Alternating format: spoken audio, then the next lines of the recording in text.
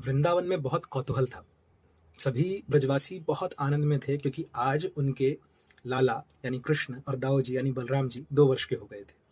और नंद बाबा ने इसी उत्सव पे उन्होंने सोचा कि दोनों बालकों का कर्ण छेदन संस्कार कर दिया जाए।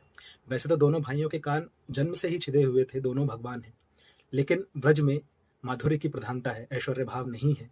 इस कारण से उनके लिए कृष्ण और बलराम एक सामान्य बालक ही हैं। नंद महाराज ने सभी को निमंत्रण दे दिया। ब्राह्मणों को बुलाया गया, नापित को निमंत्रण दिया गया जो कान छेदता है, स्वर्ण की बालियां बनवाई गई। यशोदा मैया ने दोनों बालकों के हाथों में पूड़ियां और गुड़ की ढेली पकड़ा दी ताकि उनका ध्यान भटका रहे।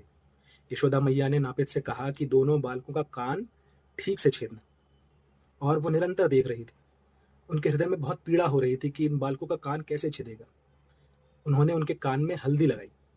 नापित ने बड़े ही सावधानी के साथ बालकों के कर्ण को छेदा। फिर भी यशोदा मैया ने उन्हें फटकार लगाई कि सावधानी से छेदो। जैसे ही दोनों बालकों के कर्ण छिदे, पूरे ब्रज में बहुत आनंद का वातावरण हो गया।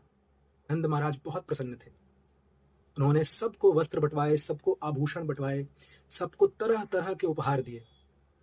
स्वर्ग से देवांगनाएं स्थिति को देख रही थी।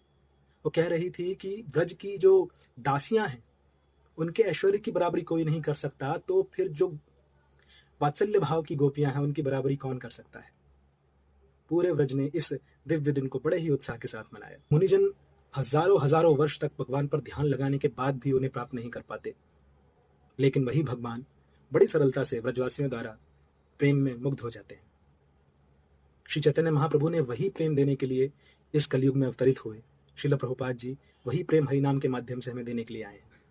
अब ये चुनाव हमारा है कि यदि हम उस नाम को, उस दिव्य नाम को, हरे कृष्ण महामंत्र को श्रद्धा से, प्रेम से जपें, तो इन्हीं दिव्य लीलाओं में हम भी भाग ले सकते हैं। हरे कृष्ण।